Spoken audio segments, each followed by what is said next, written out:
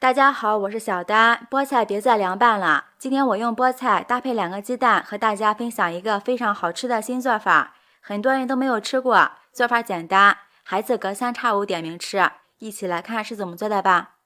首先准备适量的菠菜，春天我们要多吃一些菠菜，因为春天的菠菜又鲜又嫩，而且非常的有营养。用剪刀将菠菜的根部剪掉，这样更容易清洗掉里边的泥土。剪掉的菠菜根也不用扔掉，可以用它来煮稀饭或者是煮水喝，都非常不错。接下来将处理好的菠菜放入盆中，倒入适量的清水，没过菠菜就可以。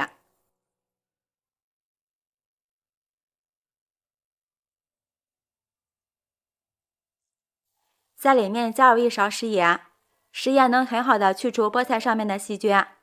再加上1点小苏打，这样能将菠菜里边的脏东西全部都给它浸泡出来。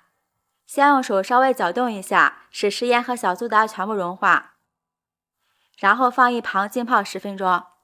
碗中准备1把粉丝，倒入适量的温水，将粉丝泡发开。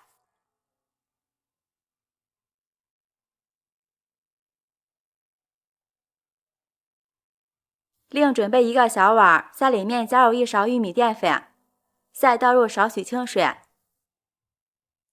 用筷子搅拌均匀。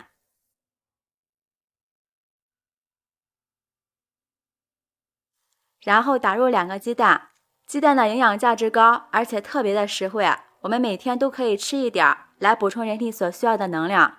加入少许的食盐入个底味儿，再加入适量的白醋去腥，用筷子充分搅散。蛋液里加入淀粉水，这样炒出来的鸡蛋会特别鲜嫩。搅散后先放一旁备用。这个时候菠菜也浸泡好了，看一下里边泡出了很多脏东西，将菠菜先清洗一下，然后放入清水中多清洗几遍。这样清洗过的菠菜颜色非常的翠绿，也非常的干净。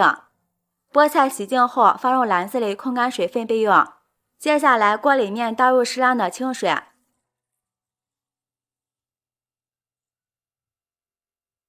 盖上盖子，大火烧开。水烧开后，在里面加入1勺食盐，少许的食用油，这样能使焯出来的菠菜翠绿不变色，并且焯出来的菠菜一点都不涩口。把菠菜放进来给它焯一下水。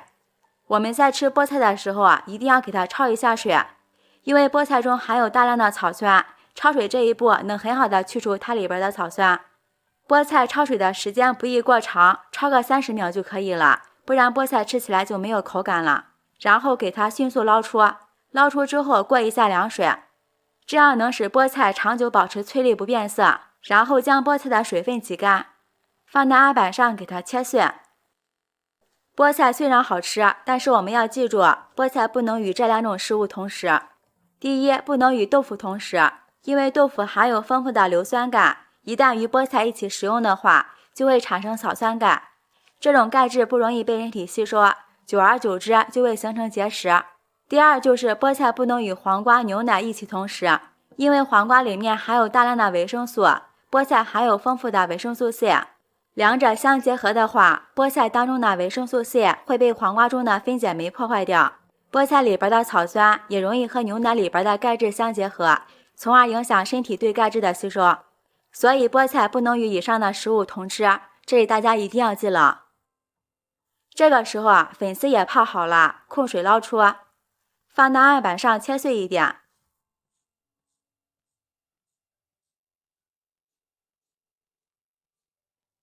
切好后和菠菜放在一起，准备半根胡萝卜，先切成薄片，再改刀切成细丝，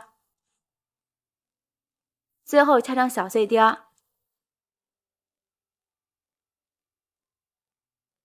切好后放入盘中，准备1把小葱切成葱花，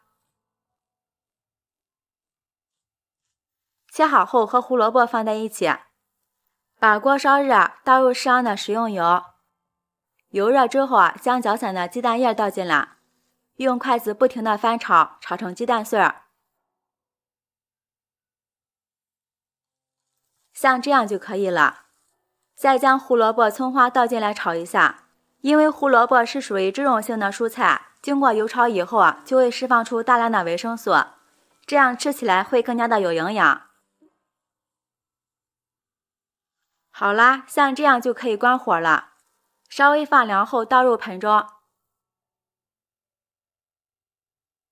下面调一下味儿，在里面加入1勺食盐，适量的生抽，少许蚝油，少许的鸡精，适量的花椒粉，再来点胡椒粉，最后加入少许的小磨香油，然后用筷子充分的把它们搅拌均匀。像这样香喷喷的菠菜鸡蛋馅就调好了，闻起来真的是太香了。接下来我们准备1块钱的馄饨皮儿，取1张馄饨皮儿，在上面放上调好的馅料，边缘用刷子刷点清水，这样会粘得更加牢固。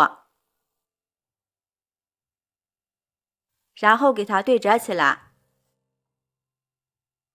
把边缘处按压一下。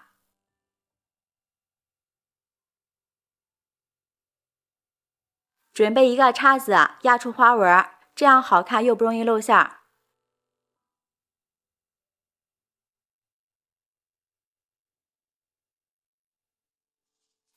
像这样一个生胚就做好了，依次全部做完。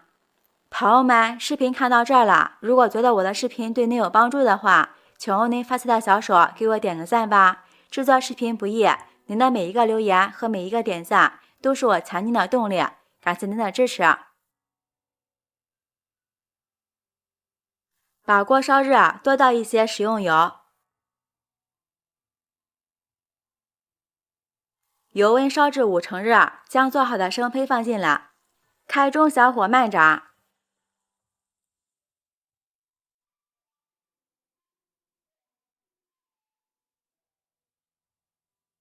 炸至一面定型后翻个面，再炸另一面。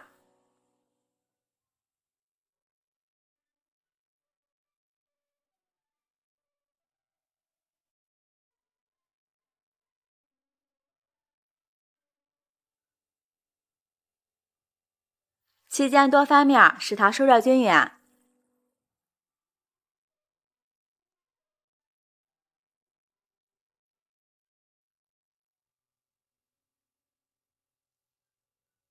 馄饨皮非常的薄，大约炸了5分钟，像这样炸至两面金黄，变得鼓鼓的就是熟了。然后我们给它控油捞出，装入盘中。